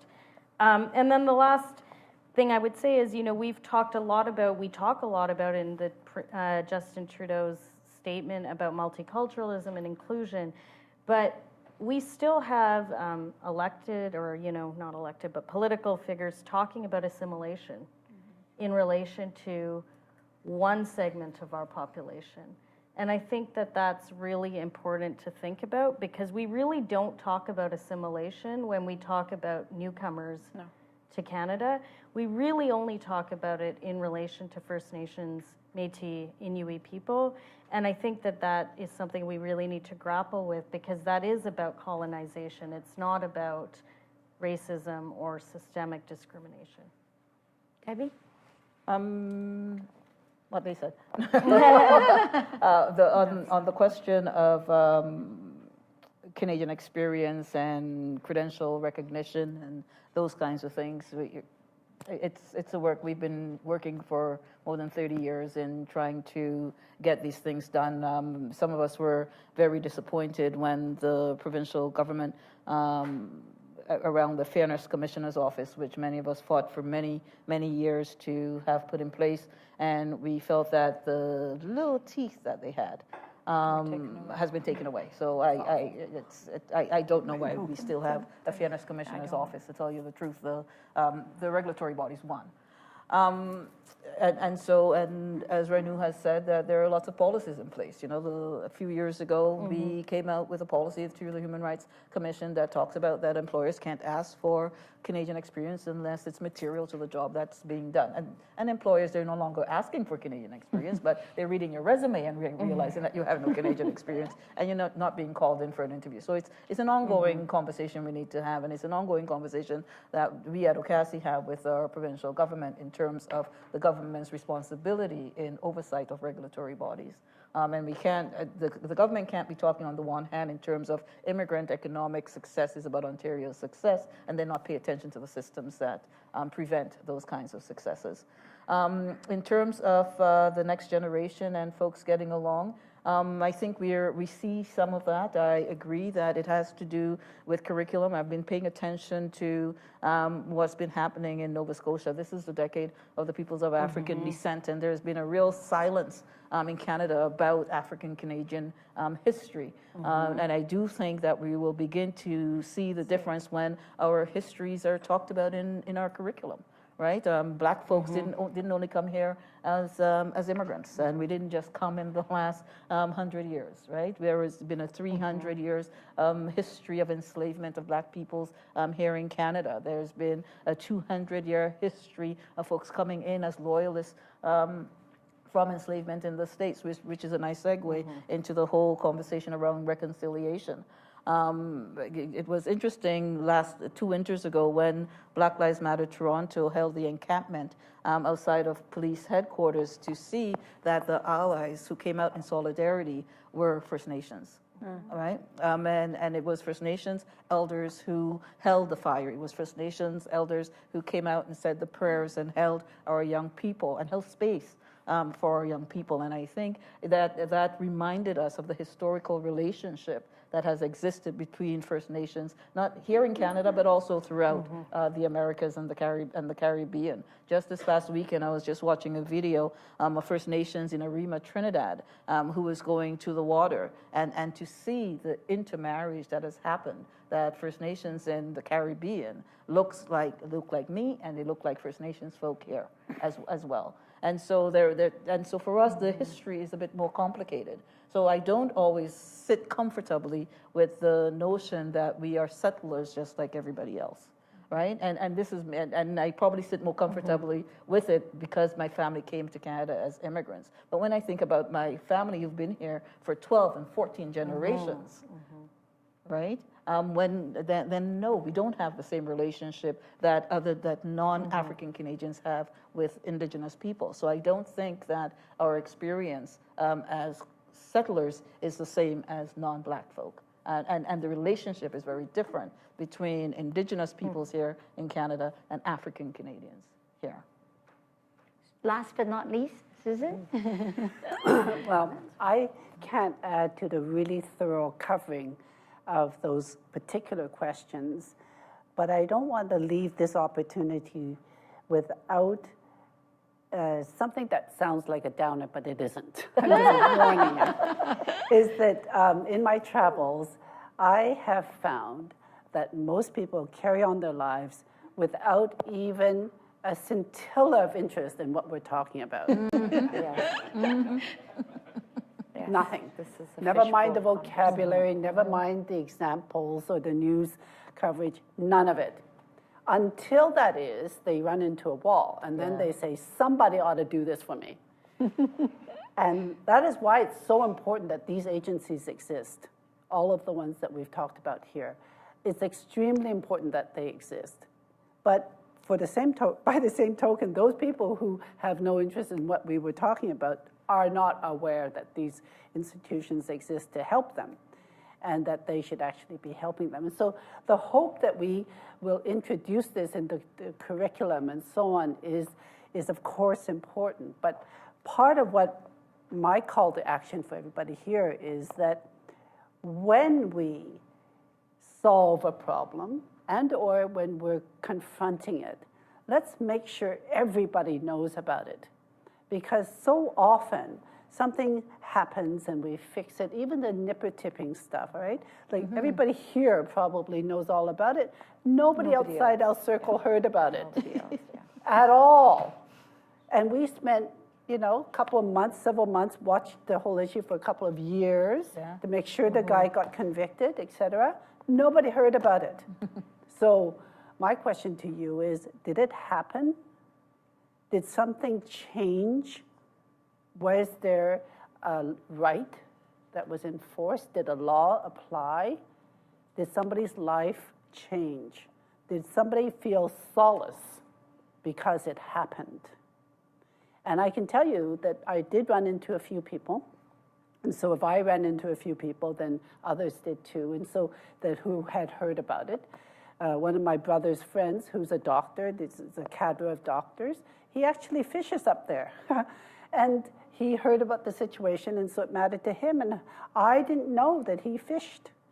And it's like that kind of thing. It can happen. You can have an impact, but we must concentrate on making sure we get the word out. And so, yes, get involved in political parties, but nobody thinks that they ought to until something happens, right? So we need to just, you know, proselytize. You know, we don't even have to solve these problems. We just have to struggle with the problems, but in public, so that there are lots more people who see the need to be part of the solution. Thank you so much, and thank you for all the work that you've done. Congratulations to you. Thank you, and it's a challenge to all of us here as well to take up that call to action. And on behalf of the clinic, we have some tokens of appreciation for our speakers. Oops. Oh. Debbie, I hope it's this one's for drinkable. you. Thank you. They're all the same except for the name of the card. No, it's not. It's all stuff that we kind of created for the clinic's 30th. I don't know exactly what's in there, though. Sure. Oh, okay, sorry. Can we get on mic first so we don't have strings? I think the mic guy. No, they won't see it.